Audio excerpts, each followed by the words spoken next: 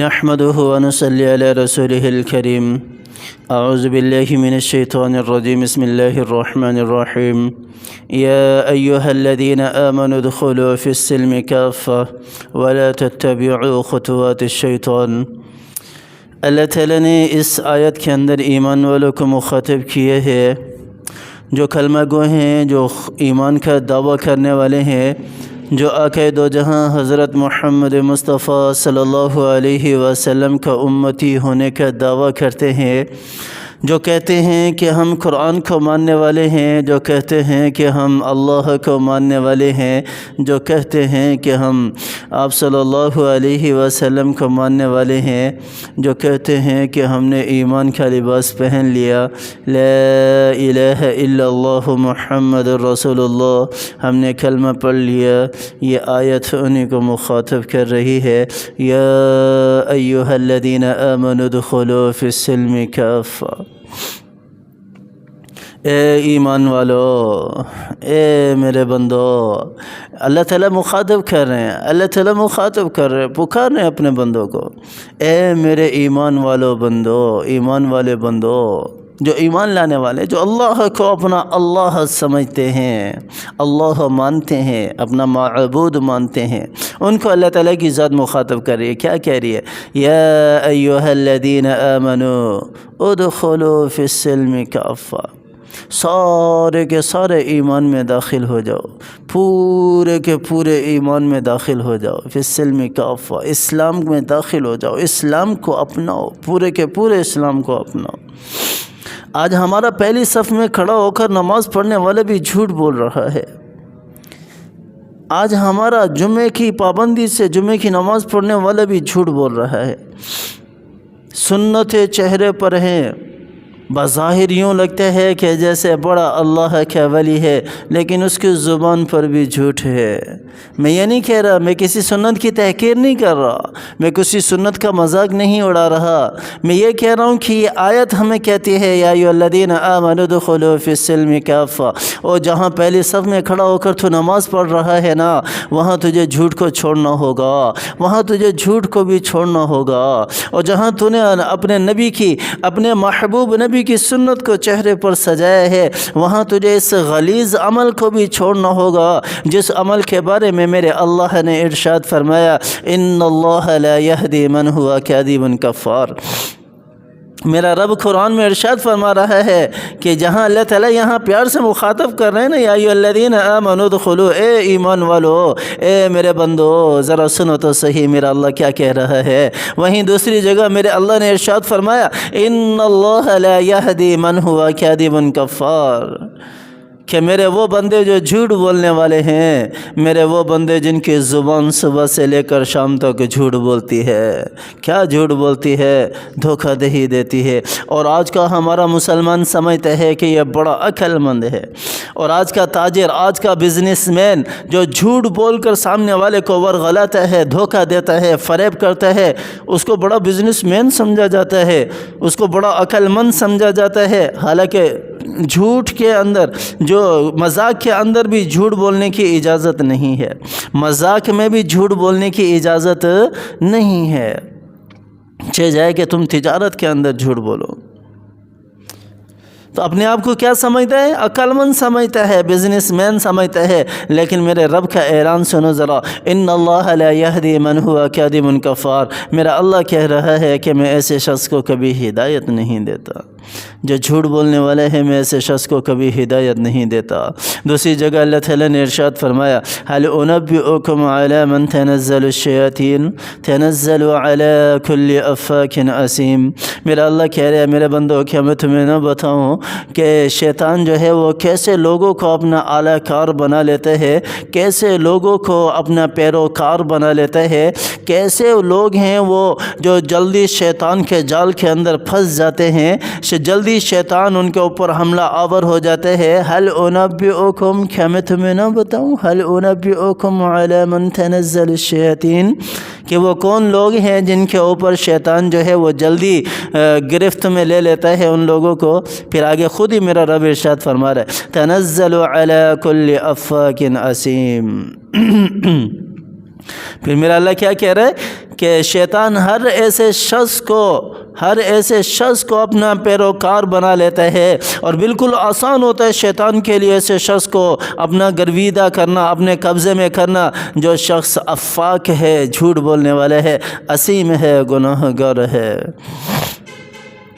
جھوٹ بولنے والا ہے، جھوٹ باندھنے والا ہے اور گناہ گار ہے، ایسا شخص جو ہے وہ شیطان کا اعلی کار ہوتا ہے۔ اللہ تعالیٰ نے ایک اور جگہ ارشاد فرمایا، اس سورت کے اندر اللہ تعالیٰ نے 20 مقامات پر یہ آیت نازل فرمائی، وَيْلٌ يَوْمَئِذٍ لِّلْمُكَذِّبِينَ وَيْلٌ يَوْمَئِذٍ لِّلْمُكَذِّبِينَ۔ میرا اللہ کہہ رہا ہے کہ ہلاکت ہو ایسے لوگوں کے لیے، ہلاک ہو گئے، برباد ہو گئے وہ لوگ۔ کون سے لوگ؟ مکذبین، جو جھوٹ بولنے والے ہیں، جو جھوٹ بولنے والے ہیں۔ ویل کا ترجمہ ہلاکت کا بھی ہے، ویل کا ترجمہ جہنم کا بھی ہے۔ ویل کا ترجمہ، آپ صلی اللہ علیہ وسلم کی حدیث ہے نا ہمارے سامنے، آپ صلی اللہ علیہ وسلم نے کیا ارشاد فرمایا کہ میری امت کے اندر سارے گناہ جمع ہو سکتے ہیں، میری امت کے اندر سارے گناہ جمع ہو سکتے ہیں، میری امت جھوٹ نہیں بول سکتی، کسی کو دھوکہ نہیں دے سکتی، میری امت جھوٹ نہیں بول سکتی، کسی کو دھوکہ نہیں دے سکتی۔ اور یا سب سے زیادہ ہمارے اندر آج یہی گناہ جو ہے وہ پایا جا رہا ہے، جھوٹ بولنا۔ ہر بچے کو اٹھا کر دیکھ لو، پیرنٹس سے بھی جھوٹ بول رہا ہے، اساتذہ سے بھی جھوٹ بول رہا ہے، رشتہ داروں سے بھی جھوٹ بول رہا ہے، سب سے جھوٹ بول رہا ہے۔ اور مارکیٹ کے تھوڑا اوپر آ جاؤ، اور مارکیٹ کی طرف، ہماری منڈیوں کی طرف آ جاؤ، وہاں تو سارا جھوٹ ہی جھوٹ چل رہا ہے۔ خراب چیز ہے، جھوٹ بولتے ہیں کہ یہ صحیح ہے اور اس کو فروخت کر دیتے ہیں، یہ سارا کا سارا گناہ ہے، سارا کا سارا گناہ ہے۔ اللہ ہمیں معاف فرمائے، اللہ ہمیں معاف فرمائے۔